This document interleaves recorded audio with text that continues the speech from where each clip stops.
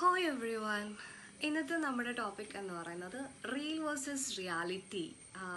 ഇതാണ് നമുക്ക് എല്ലാവർക്കും പ്രിയപ്പെട്ട ഒരു ആങ്കറായിരുന്നു ജീവ ആൻഡ് പുള്ളിയുടെ പത്നി അപർണ തോമസ്. രണ്ടാണ് നല്ല വൈബ്രൻ്റ് ആയിട്ടുള്ള രണ്ടുപേരായിരുന്നു അല്ലേ.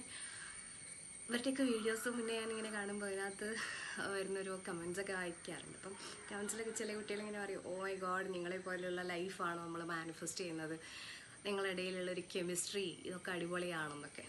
അപ്പോൾ അതിനകത്തൊരു വീഡിയോയിൽ പുള്ളിക്കാരി തന്നെ പറയുന്നുണ്ട്, ഞങ്ങൾ തമ്മിലുള്ള കമ്മ്യൂണിക്കേഷൻ നല്ല അടിപൊളിയാണ്, ഞങ്ങൾ തമ്മിലുള്ള ട്രാൻസ്പെറൻസി ഞങ്ങളുടെ റിലേഷൻഷിപ്പിൽ ഞങ്ങൾ കീപ്പ് ചെയ്യാറുണ്ടെന്നൊക്കെ. ആഫ്റ്റർ ഡിവോഴ്സ് ഈ അപർണ തന്നെ അവരുടെ ഒരു ഇതിൽ പറയുന്നത് ട്രാൻസ്പെറൻസി അത്രയ്ക്ക് ആവശ്യമൊന്നുമില്ല, പക്ഷെ എന്നാലും കുറച്ചൊക്കെ വേണം. അപ്പോൾ ഒരു കോമൺ മാൻ ആയിട്ടുള്ള നമ്മളുടെയൊക്കെ മനസ്സിൽ വരുന്നൊരു സാധനം എന്താ, നമ്മുടെ പാർട്ട്ണറിൻ്റെ ലൈഫ് പാർട്ട്ണറിനെ ചതിക്കുകയാണോ വേണ്ടതെന്നാണ്. അങ്ങനെയല്ല. ലൈഫ് പാർട്ട്ണറിനെ ചതിക്കുക എന്ന് പറയുമ്പം എല്ലാത്തിനും ഒരു ബൗണ്ടറീസ് വയ്ക്കുന്നത് എപ്പോഴും നന്നായിട്ടിരിക്കും. നമുക്ക് പറയേണ്ട കാര്യങ്ങൾ പറയണം എന്ന് വിചാരിച്ച് ഒരു സീക്രസി എപ്പോഴും ഒളിപ്പിച്ച് വെച്ചുകൊണ്ട് നടക്കാനല്ല കേട്ടോ.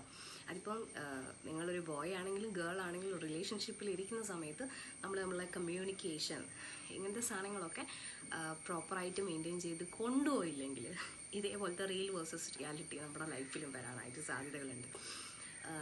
ട്രാൻസ്പെറൻസി എപ്പോഴും വെക്കുന്നതും നല്ലതാണ്. അപ്പോൾ ട്രാൻസ്പെറൻസി വെക്കുക എന്ന് പറയുമ്പോൾ നമ്മുടെ ഫോണിൻ്റെ ലോക്ക് പാസ്വേഡ്, അവിടെ നിങ്ങളുടെ ചൈൽഡ്ഹുഡിൻ്റെ ക്രഷ്, ഇങ്ങനത്തെ ഡീറ്റെയിൽസ് ഒക്കെ കൊണ്ടുപോയി ആളുടെ അടുത്ത് പറയാമെന്നല്ല ഈ ട്രാൻസ്പെറൻസിയുടെ മീനിങ് എന്ന് പറയുന്നത്.